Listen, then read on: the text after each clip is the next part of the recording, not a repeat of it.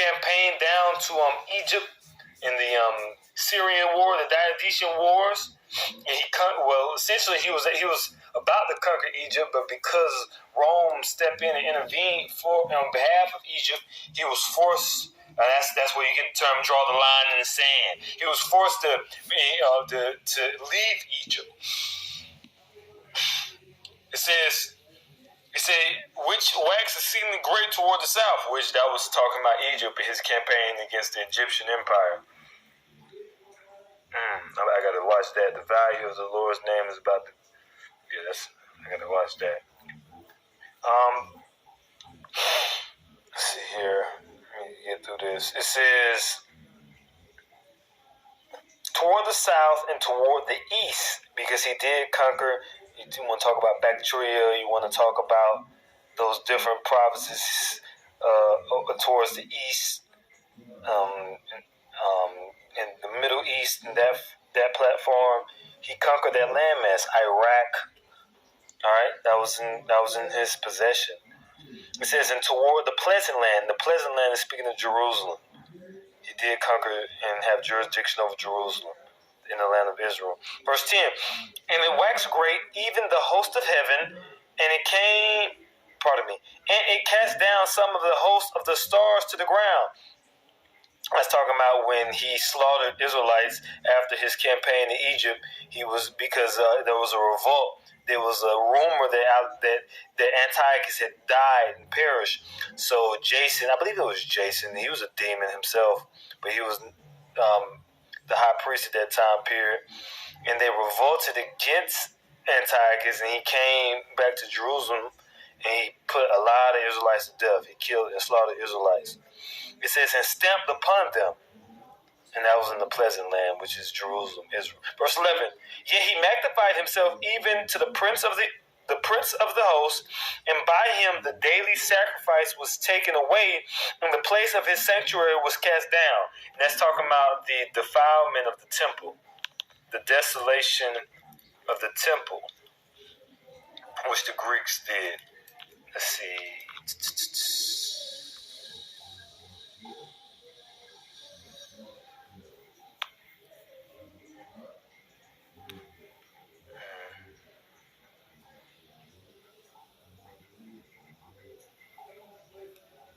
I'm going to read verse 63. First Maccabees chapter 1, verse 63. Wherefore, the rather to die, that they might not be defiled with meats, and that they might not profane the holy covenant, so then they died. And that's a part of Antiochus stumping down the Israelites. As it said, what does it say? How did they word it? It says,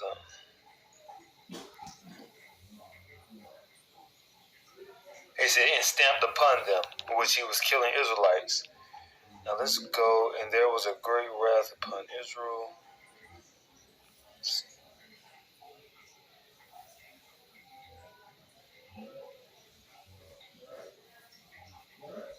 Let me see.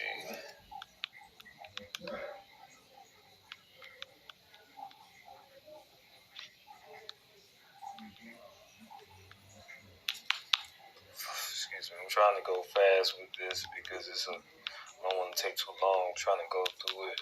Thank goodness sake, I'm trying to get the points that I need.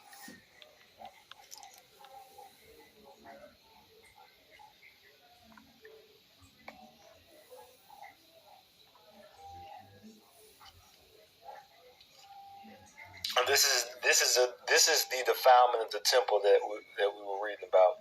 First of Maccabees chapter 1, verse 44. And it reads, it says, for the king had sent letters by messengers unto Jerusalem and the cities of Judah, that they should follow the strange laws of the land, and forbid burnt offerings and sacrifice and drink offerings in the temple, and that they should profane the Sabbath and festival days, and pollute the sanctuary and holy people, set up altars and groves and chapels of idols, and sacrifice swine's flesh and unclean beasts, and that they shall leave their children uncircumcised. And remember, the children are a representation of the temple as well. And that they should leave their children uncircumcised, and make their souls abominable defile with all manner of uncleanness and profanation, to the end that they might forget the law and change all the ordinances. All right, it says, and whosoever would not do according to the commandment of the king, he said he should die. And they were killing us and they were persecuting us because we wanted to keep the ways of our ancestors and keep the ways of Moses and our forefathers and keep the ways of the Bible. And Antiochus, that demon, that Edomite, that so-called white man, piece of shit. Goddamn devil.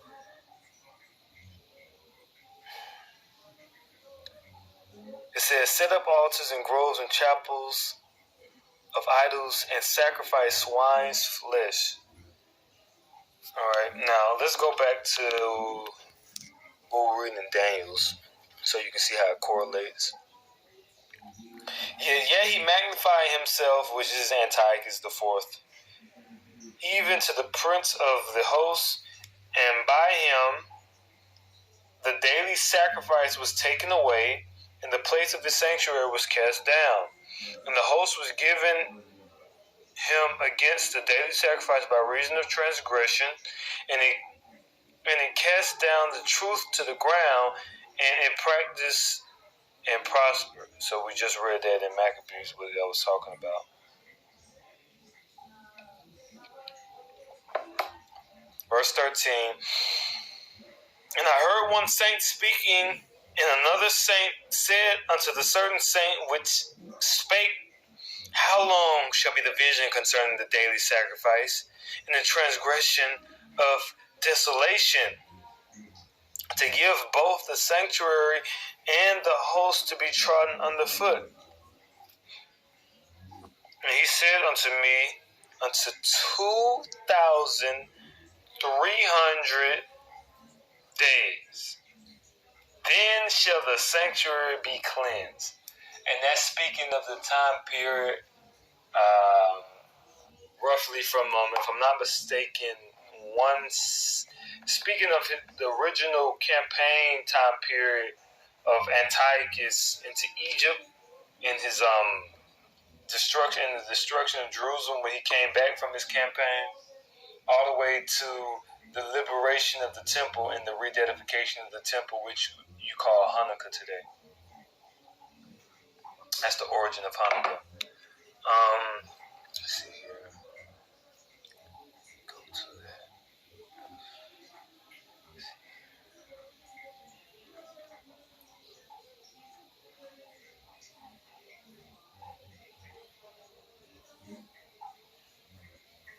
Yep. So essentially from what you would consider 170 BC, which is when Onias murdered through the machinations of Menelaus, which you can read that in 2 Maccabees chapter 4, verse 30 and 38. And Antiochus IV initiates the Sixth Syrian War, which was his campaign that we spoke about and which the scripture spoke about, of him going towards the south, which is Egypt, south which he was coming from Syria.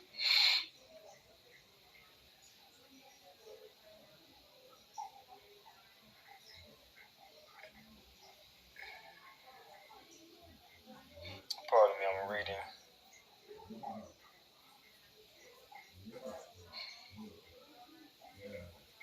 And of course, it was, I believe, let me see here. I'm actually looking at a timeline right now.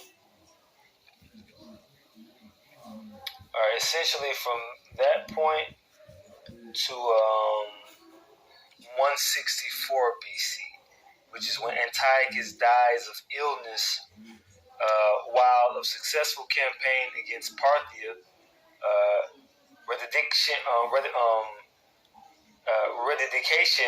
of the temple under Judas, rededication, of the temple under Judas Maccabee, so that time period. Now, remember that those days are actually literal. So what verse was I at? How was that?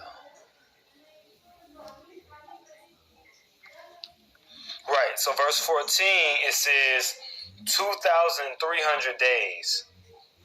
Now, let's see. 2,300 days divided by, let's say, 360 days, right? I believe that's the lunar days for a lunar calendar, which you get essentially about 6.4 years. So 6 years. So that's that time period from 170 BC to 164 BC. And by the way, this prophecy was written before that event even happened, actually hundreds of years before it happened. So yes, indeed, the Bible once again proves itself to be undefeated. Wow.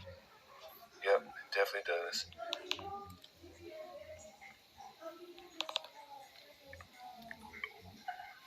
Let's see here.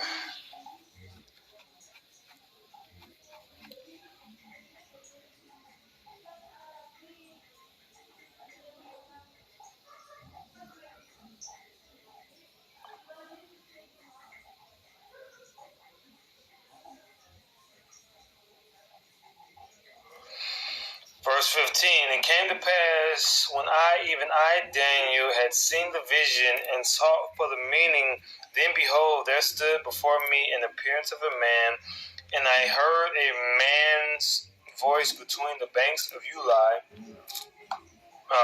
which called and said, Gabriel, make this man to understand the vision. Gabriel being the chief archangel, which, let's get the term Gabriel, which is Gabar Ya'ala. Gabar meaning warrior, and Allah meaning power. Warrior of God, essentially what it means. Alright?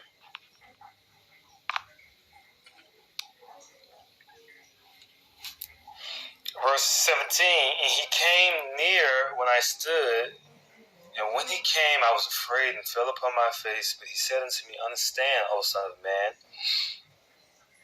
for at the time of the end shall be the vision. Verse 18, now as he was speaking with me, I was in a deep sleep on my face toward the ground, but he touched me and set me upright, which he was probably praying. He was probably making supplications. I'm just speaking, because his face was towards the ground. But verse 19, and he said, behold, I will make thee know what shall be in the last end of the indignation, for at the time appointed the end shall be. The ram which thou sawest and two horns are the kings of Media and Persia, and the rough goat is the king of Grecia, and the great horn is the great horn that is between his eyes is the first king. Ooh, that's perfect. We just read that in Maccabees. I never even thought about it like that. It actually says the first over Greece. It says let me see. It's